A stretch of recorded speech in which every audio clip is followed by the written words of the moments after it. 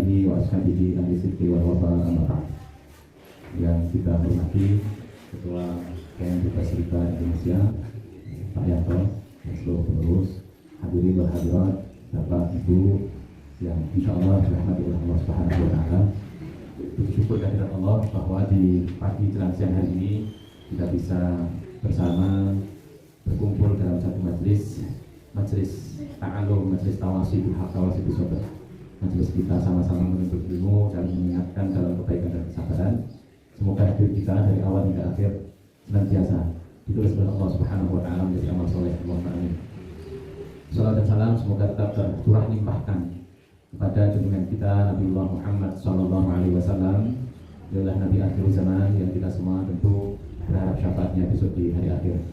Dan semoga hadirnya kita di sini dalam rangka belajar bersama tawassul haq, tawassul sabr betul-betul merupakan kecintaan kita kepada ajaran Rasulullah SAW yang darinya kita semua akan mendapatkan syafaat.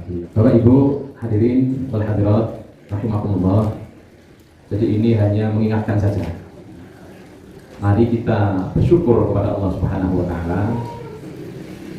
Begitu banyak nikmat Allah yang telah diberikan kepada kita, sehingga kalau kita mencoba menghitung nikmat itu, niscaya kita tidak mampu untuk menghitung. Maka di dalam Al-Quran bahasanya adalah wa in ta'uddu ni'matallahi la tuhsuha.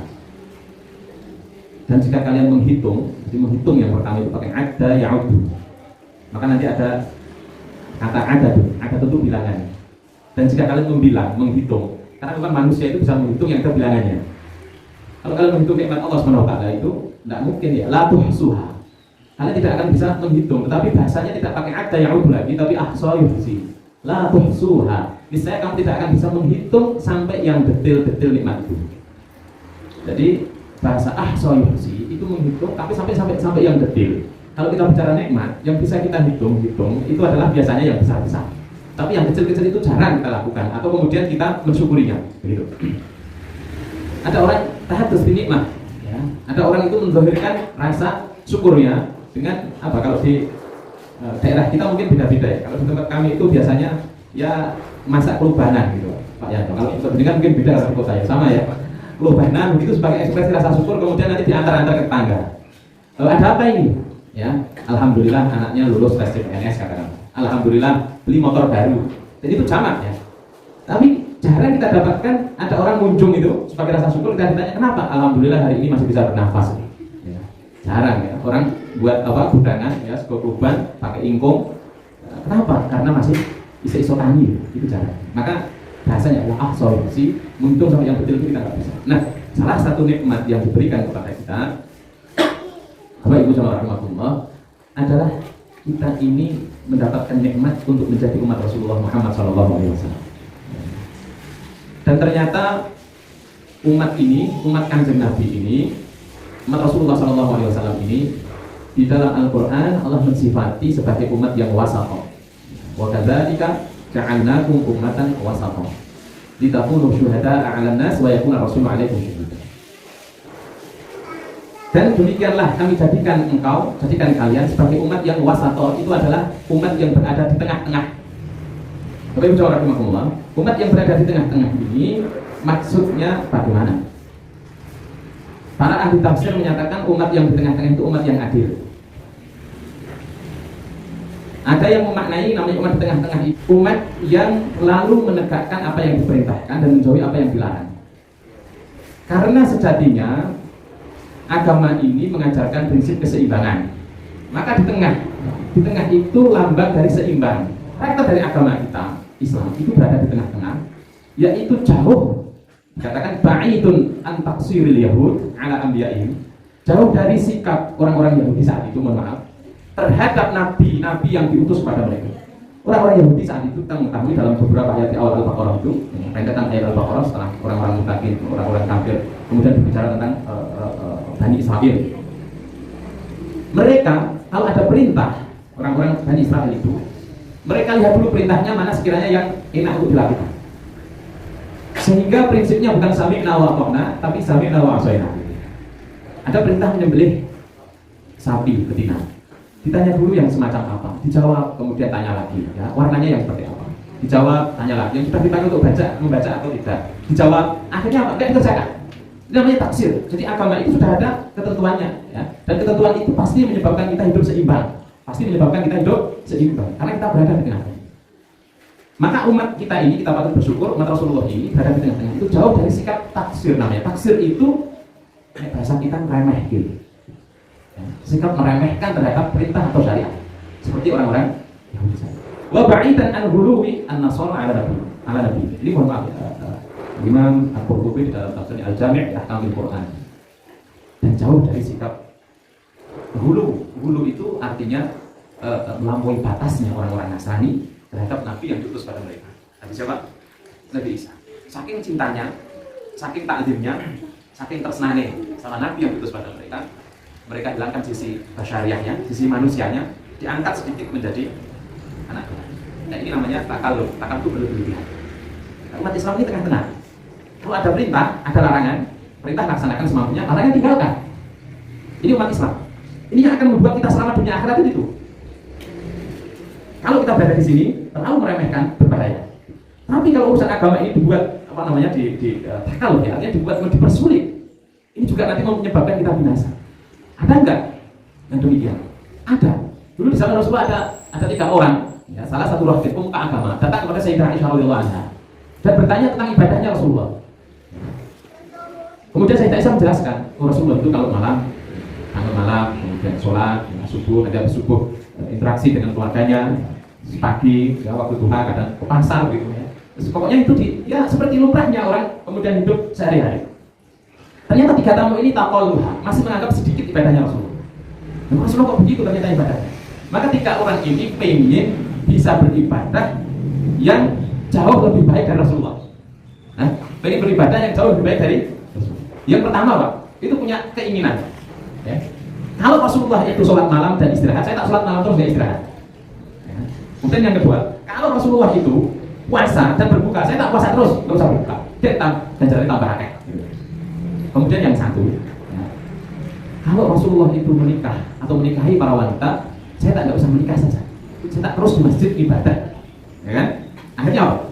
Ketika Rasulullah mendengar itu, Rasulullah SAW duka, ya, marah dalam arti, oh ini konsep yang nggak benar. Kan ini bentuk takalluf melampaui batas. Maka Rasulullah menyatakan, saya itu sholat malam, saya juga istirahat, saya puasa, saya juga berbuka, wa atazawwajun nisa, saya juga menikahi wanita. Nah, petikan hadis yang tadi sangat masyhur, apalagi kalau kita menghadiri walimah kayak samping itu, Pak. Ada walimahnya. Samping ada walimah? Apa itu? Rasulullah menyatakan faman raghiba an sunnati falaysa minni. Kalau ada orang nggak suka dengan sunnahku, bukan termasuk golongan. Kalau kamu puasa terus nggak buka, bukan golongan. Kamu sholat terus nggak istirahat, bukan golonganku. Kalau kamu terus tabatul, artinya tidak mau menikah karena alasan pengen ibadah. Justru sebenarnya dengan menikah itu disitu banyak pahala kamu dapat. Itu Islam seimbang. Maka kalau tuntunan agama ini, ya, kita sepelekan, atau kemudian kita terlalu persulit seperti 3 orang ini, itu nanti menyebabkan kita binasa, menyebabkan susah. Nah, Bapak Ibu jamaah rahimahullah, maka dikatakan dalam tafsir itu, karena kita itu umat yang berada di tengah-tengah, umat yang adil, umat yang selamat, kita ini memiliki manzilah. Manzilah itu positioning. Kita memiliki posisi yang tidak baik-baik di mata Allah Subhanahu wa taala. Jadi posisi kita itu disampaikan dunal anbiya'i wa fawqal umam. Posisi kita itu duna al-anbiya. Al-anbiya itu jamak dari nabi. Duna itu maknanya di bawah para nabi. Karena dana ya duluan itu maknanya rendah. Ya. Maka dari situ ada dunia. Kenapa disebut dunia? Karena rendah. Sumiyati dunya li dunuwiha. Kenapa yang di atas itu disebut langit atau dalam bahasa Arab itu sama? Li sumuwiha, karena tinggi.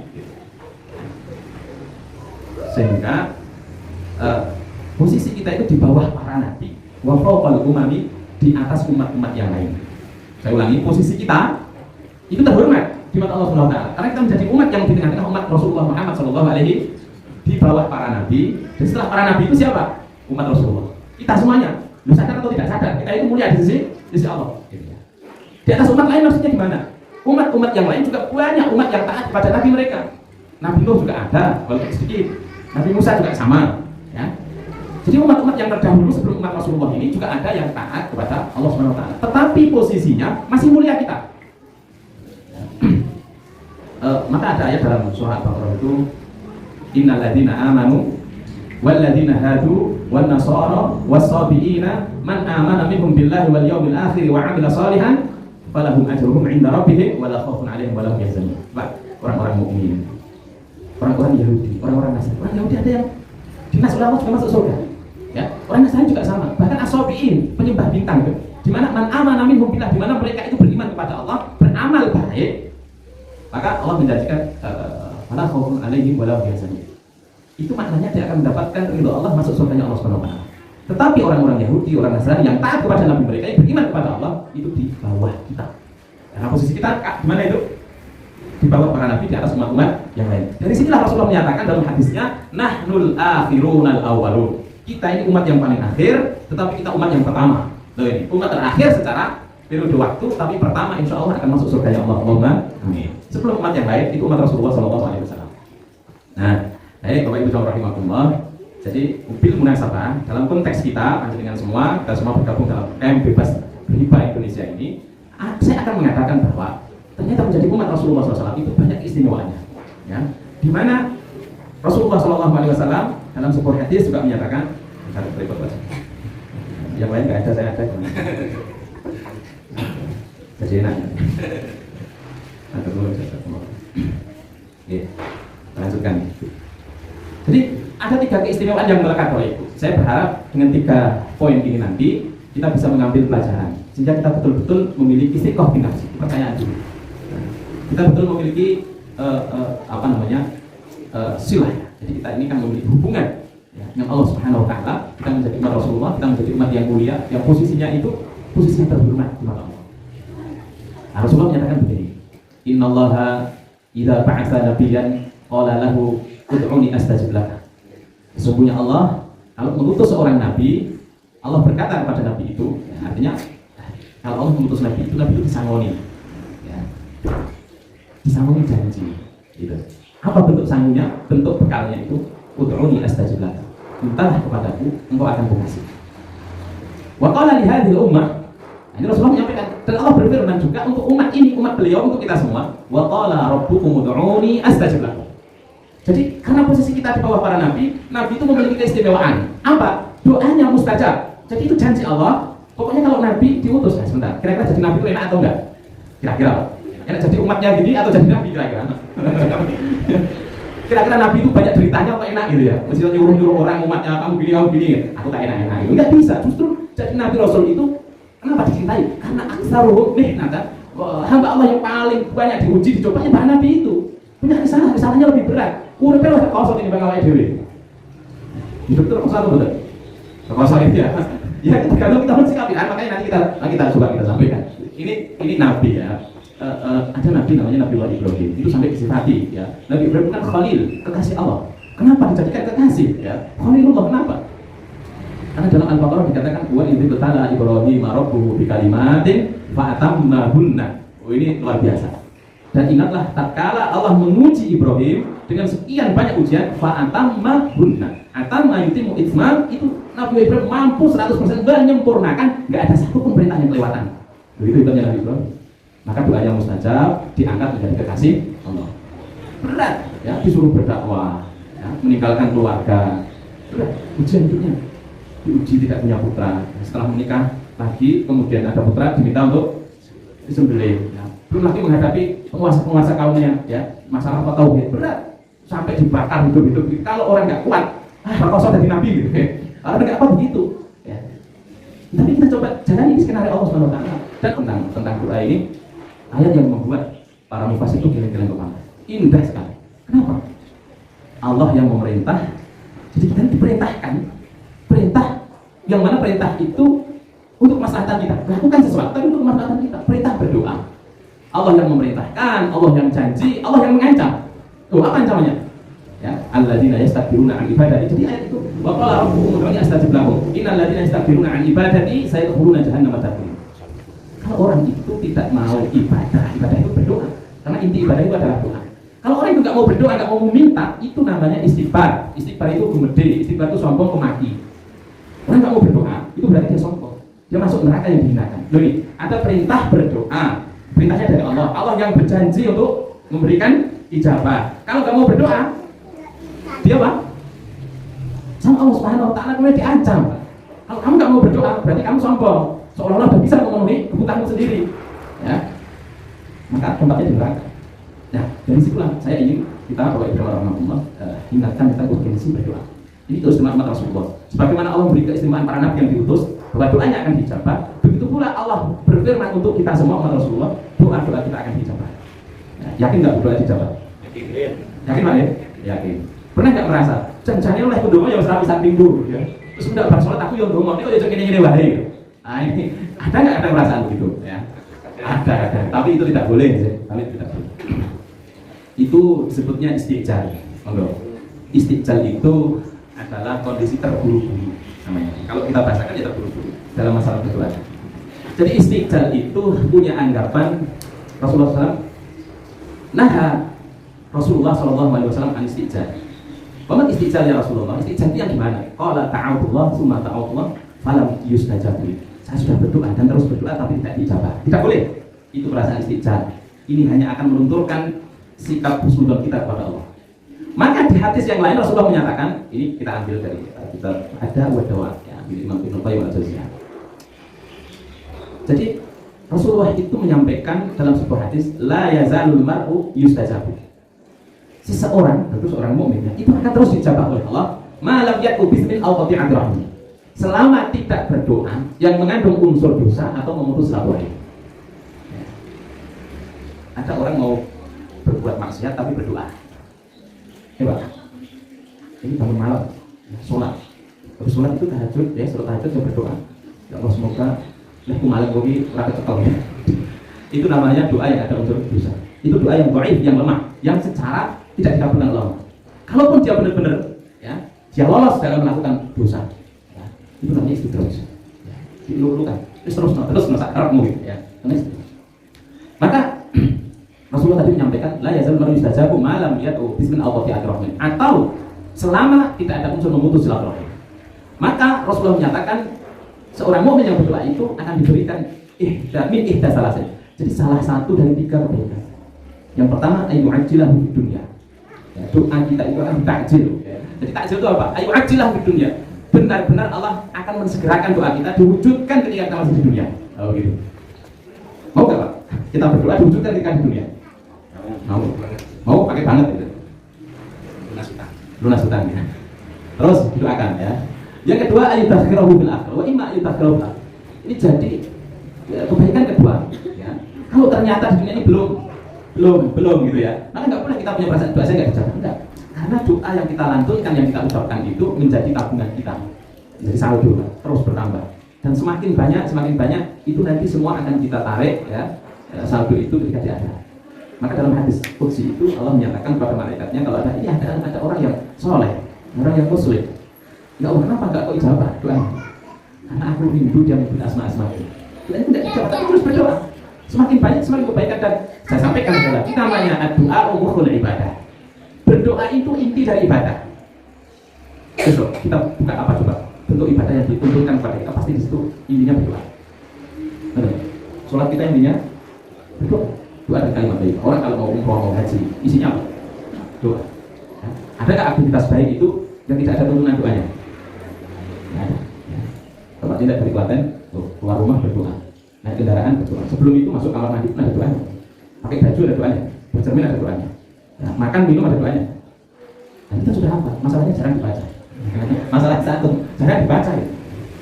Karena orang sejatinya pengen ya kita inti ibadah itu berdoa, dan semua aktivitas kita itu salah satu barometernya yang membedakan kebiasaan dan ibadah. Itu selain niat yaitu dalam tuntunan itu. Ya. Orang sehari semalam itu tidur berapa jam?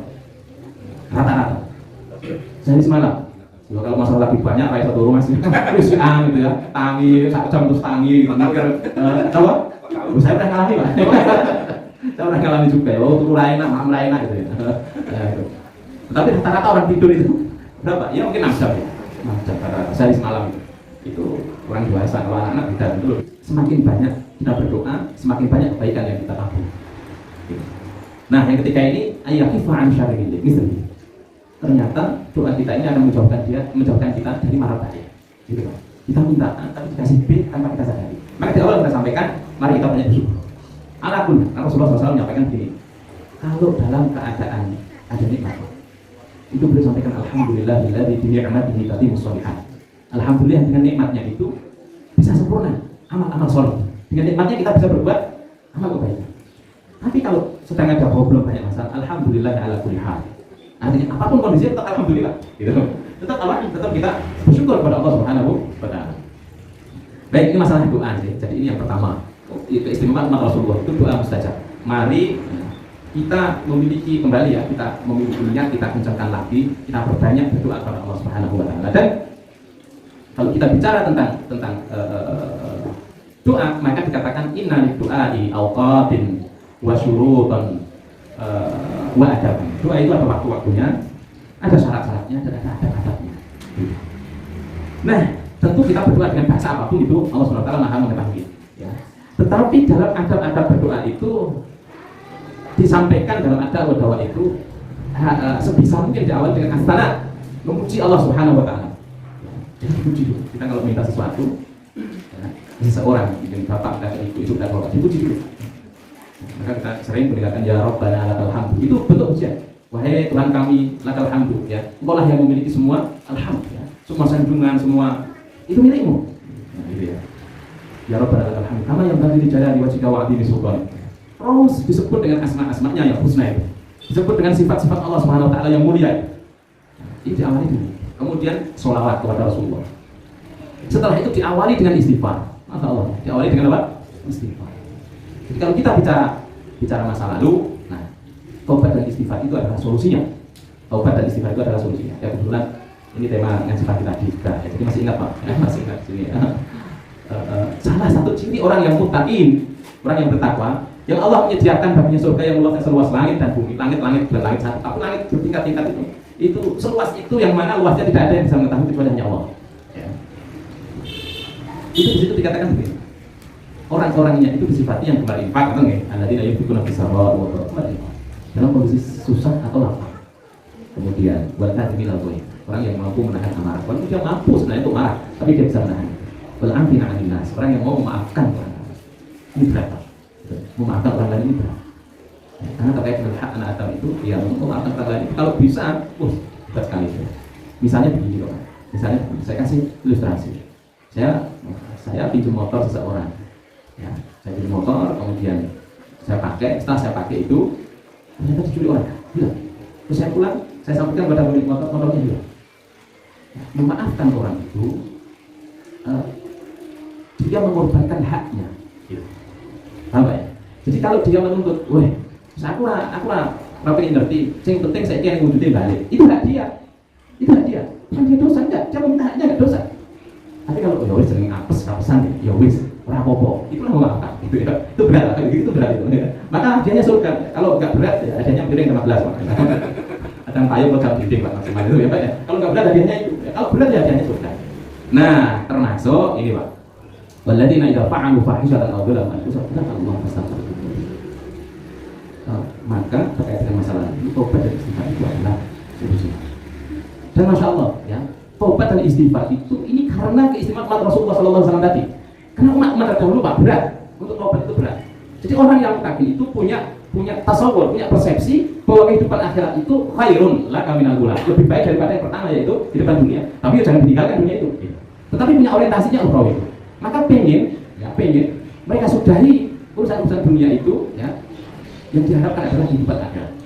Sehingga begini, kita dapatkan ada seorang sahabat yang mengadu kepada Rasulullah, saya pernah berbuat zina dan seterusnya. Rasulullah nggak mau langsung memberikan haknya, nggak mau.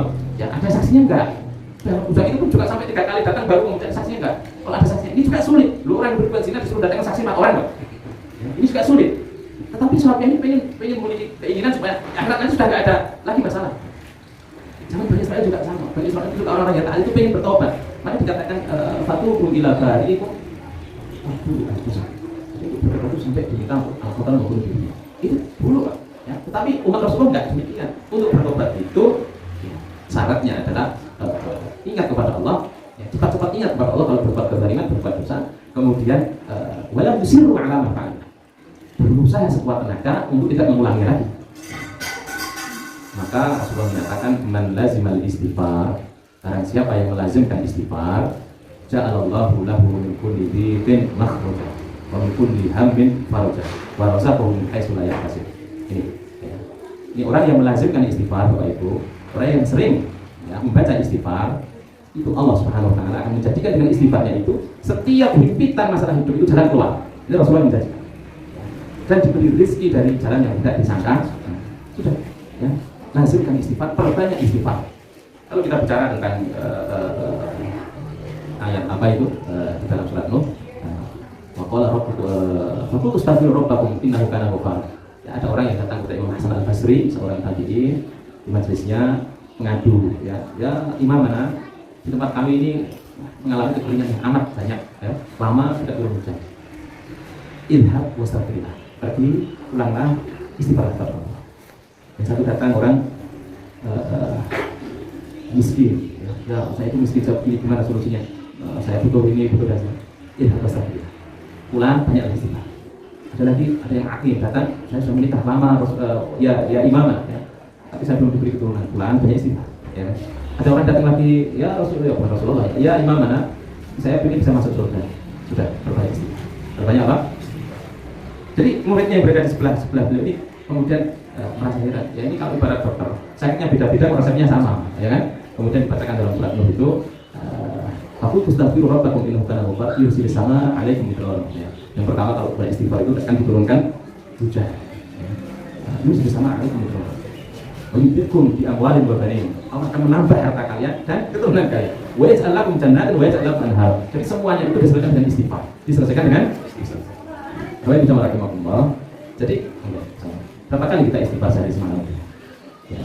Saya pernah mendampingi tamu. Ya beliau mutabar ya, seorang donatur. Di pemilih juga pernah bangunkan masjid itu, yang di masjid yang dekat TK itu sudah apa nih ya? Kita dampingi. Kebetulan yang saat itu yang bangun di daerah Solo. Itu sampai istri sudah sepuh. Jadi kita jemput di bandara itu, dari bandara sampai tempat masjid itu, masjid yang dibangun itu cuma beristighfar. Stop. Cuma tanya berapa lama perjalanan? 1,5 jam. Baik, stop. Jadi Rasulullah memberikan ajaran kepada kita. Suri toladan. Ini yang jelas-jelas diakui dosanya. Dalam sebuah riwayat dikatakan aksar min 70 marrah, dalam riwayat aksar min 100 marrah beristighfar. Perbanyak istighfar. Ini akan menjadi solusi dari kehidupan kita, masalah yang kita alami. Perbanyak istighfar. Pernah mendengarkan kisah Imam Ahmad bin Hanbal? Saya kira pernah sebagian tentang seorang Imam Ahmad bin Hanbal dan Al-Khabbas membuat roti, ya kan? Tentang apa itu? Istighfar. Nah, itu kisah yang ada sabil fikih, artinya benar-benar terjadi. Maka mari ya kita yakin, kita perbanyak doa kita, dan di antara ada berdoa itu kita dahului dengan tobat dan istighfar. Itu. Ini yang pertama, Pak. Istighfar Rasulullah, Pak. Doa yang mustahil. Baik, yang kedua, Rasulullah menyatakan innallaha idza ba'atsa nabiyya qala lahu wa ma ja'ala 'alaika fid dini min haraj. Allah kalau mengutus seorang nabi, kata Rasulullah, Allah menyampaikan kepada nabi yang diutus itu, tidak ada dalam urusan agama sesuatu yang memberatkan. Wa qala li hadhihi ummah, Allah juga berfirman untuk umat ini, kata Rasulullah, untuk kita semua, wa ma ja'ala 'alaikum fid dini min haraj. Dan Allah tidak menjadikan dalam masalah agama sesuatu yang memberatkan bagi kalian. Jadi prinsipnya Islam di tengah-tengah tadi itu, Pak, Ibu, syariat sudah didesain dengan kemampuan kita. Kalau kita melanggar, nanti kita tidak seimbang lagi kehidupan manusia. Gitu. Paham ya? Dan tadi kan awalnya kita ini, saya minta ajak bersyukur karena kita diciptakan Allah menjadi umat Rasulullah. Salah satu karakter yang melekat, Islam itu agama yang wasatiyah, yang moderat, yang ada di tengah. Gitu. Maka semua bentuk syariat itu sebenarnya untuk kemaslahatan kita. Kalau kita langgar syariat itu, nanti hidup kita nggak akan seimbang. Gitu. Tentu karena apa namanya masalah agama atau syariat kita itu salah satu karakternya juga murungan, fleksibel. Tidak ada yang dalam masalah agama itu sesuatu yang memberatkan kita. Coba kita cari apa yang memberatkan kita. Ya sholat itu tidak bisa berat, tidak tergantung orangnya.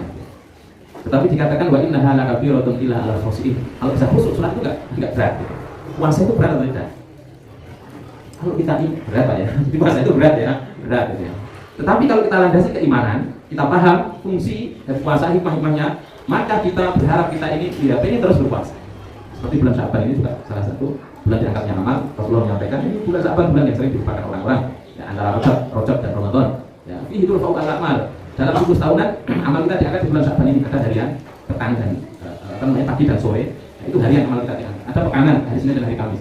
Ada yang tahunan di bulan Sya'ban ini, maka Rasulullah menyatakan, wa ana uhibbu ayyufa amali wa ana shaim. Saya itu suka kalau amal diangkat sedang berpuasa. Maka ada turunan Senin Kamis puasa. Agar beliau memperbanyak puasa di bulan Sya'ban juga. Karena ini amal kita sedang diangkat. Baik, saya kembali lagi. Maka kita dapatkan dalam agama, dalam fikih khususnya, apa yang disebut dengan rukhsah, keringanan. Ya, kita dapatkan rukhsah dari yang musafir dari Klaten berapa kilo Pak? Klaten itu sampai sini berapa kilo? 65, belum 80-an. Kalau ada yang memakai masafah jarak, ya, dikatakan antara 80 sampai 85 itu masafah. Itu boleh, kemudian sholat kita jam, kita kosong. Ada yang bilang pokoknya mau sabar, yang penting perjalanan ke situ. Ini cara itu. Tetapi dalam masalah agama pasti ada rukhsah. Kalau kita sakit, pasti ada kondisi tertentu, ya. Kewajiban itu tetap dijalankan. Misal kewajiban puasa. Kalau kita sakit, ya mengganti di hari berikutnya kalau sudah sehat. Misal ada orang yang sudah tua yang nggak mungkin puasa, ya bayar fidyah, kan gitu. Ada wanita yang menyusui, ada yang hamil, ada hukum-hukumnya. Karena prinsip agama itu nggak ada yang memberatkan. Ya. Ini yang kedua. Terus yang ketiga, kita berpendek. Yang ketiga ini saya berharap kita sudah masuk ke sini. Innallaha idza ba'atsa nabiyya ja'alahu syahidan 'ala ummatihi. Jadi seseorang itu, Allah SWT kalau mengutus Nabi, Nabi itu jadikan saksi bagi umatnya. Wa ja'ala hadhihi ummah syuhada'a 'ala nas.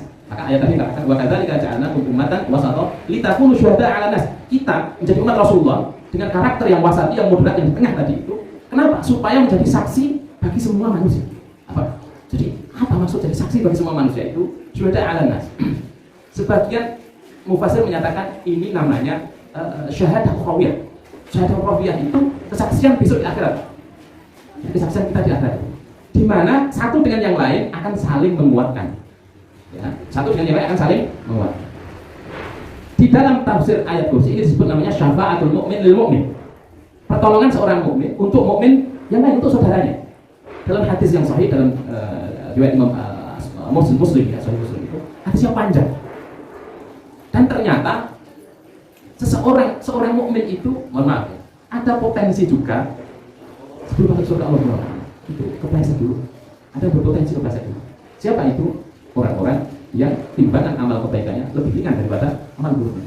Ya kan? Fa amma man saqulat mawazinuhu fa huwa fi 'ishatin radiyah, wa amma man khaffat mawazinuhu fa ummuhu wa ma adraka ma hiya narun. Ada potensi. Tetapi dalam hadis itu disebutkan karena kesaksian seorang muslim yang lain diselamatkan. Jadi di surga ketika kita mencari saudara kita belum ada. Waliyahulillah, semoga langsung masuk surga semuanya Pak ya. Jadi nggak harus mampir-mampir. Di situ dia menyatakan, ayya Rabbana, wahai Tuhan kami, innahum yusalluna ma'ana wa yasumuna ma'ana. Mereka dulu sholat bareng kami, mereka dulu puasa bareng kami, ya. Sekarang belum ada, gitu. Sekarang kok nggak ada di surga, di mana mereka? Kalau ada di surga di mana berarti? Kemudian mereka disuruh lihat oleh Allah SWT. Ternyata ada temannya, saudaranya itu di neraka. Maka ini kesaksian. Maka kemudian Allah menyatakan melalui malaikatnya kepada malaikat, akhriju man araftum, ya. Kamu mau yang mana? Keluarkan orang yang kamu kenal. Keluarkan. Semuanya masih ada, datang lagi menyampaikan hal yang sama. Sudah keluarkan, ya. Semua dikeluarkan. Maka ada yang namanya orang masuk itu diberi hisab juga ada, tanpa hisab juga ada. Tapi ada yang hisabnya itu berat, ya, lama begitu. Dan tapi insya Allah ini namanya keimanan itu yang menyelamatkan. Ini tiket, ya. Man qala la ilaha illallah mu'minan bihi dakhulal jannah. Kalau sudah mukmin itu tetap endingnya insya Allah masuk surga. Karena dalam hadis sudah dikatakan orang yang terakhir diselamatkan dari neraka. Terakhir diselamatkan dari neraka. Ya. Beda halnya dengan orang yang, mohon maaf ya, kafir. Ayatnya jelas, innal ladzina kafaru min ahlil kitab wal musyrikin fi nari jahannam khalidina fiha. Siapa yang kekal abadi di neraka? Orang mukmin tidak ada yang kekal karena keimanan. Padahal hadis itu sampai Allah SWT itu terus berlanjut sampai Allah mengatakan, akhriju man kana fi qalbihi misqala dzarratin min iman. Pertamanya siapa yang masih punya sedekah walaupun 1 dirham keluarkan. Karena mukmin amalnya cuma 1 dirham sedekah, keluarkan, semua keluarkan. Bukan siap bahasa. Diskon. Bilang kita di surga mereka alhamdulillah selamat itu ya, senang kok. Sampai yang terakhir itu kalau masih ada orang yang dalam hati ada keimanan walaupun sebelah biji sawit, keluarkan. Ini kesaksian saudara mukmin kita itu manfaat, artinya bermanfaat bagi kita. Maka kita berharap komunitas ini juga nanti akan saling menguatkan bahwa kita memiliki niatan yang baik, ya, untuk bisa kemudian hidup, ya, jauh dari dosa apa yang disebut dengan riba itu. Wadah rumah ya, benar itu. Kita berharap itu sehingga orang, ya, kalau dalam surat Az-Zuhruf itu al-akhillau, Az-Zuhruf tadi, al-akhillau yauma idzin ba'dhum li ba'dhin aduwwun illa muttaqin. Itu ayat terakhir. Jadi Al-akhila jamak dari khalil, kekasih. Artinya kekasih. Orang yang saling mengasihi di dunia, saling kenal di dunia, di akhirat jadi musuh. Saya ulangi, orang yang saling kenal ini Pak, di akhirat jadi apa? Jadi musuh. Illal muttaqin, kecuali perkenalannya itu karena hal ketakwaan. Kalau prinsip ketakwaan, pertemanan itu akan ada sampai akhirat. Allahumma. Saya ada di sini ketakwaan tidak Pak? Sebelumnya saya nggak tahu komunitas ini. Ya, Pak Yanto tahu itu buku saya, ya kan?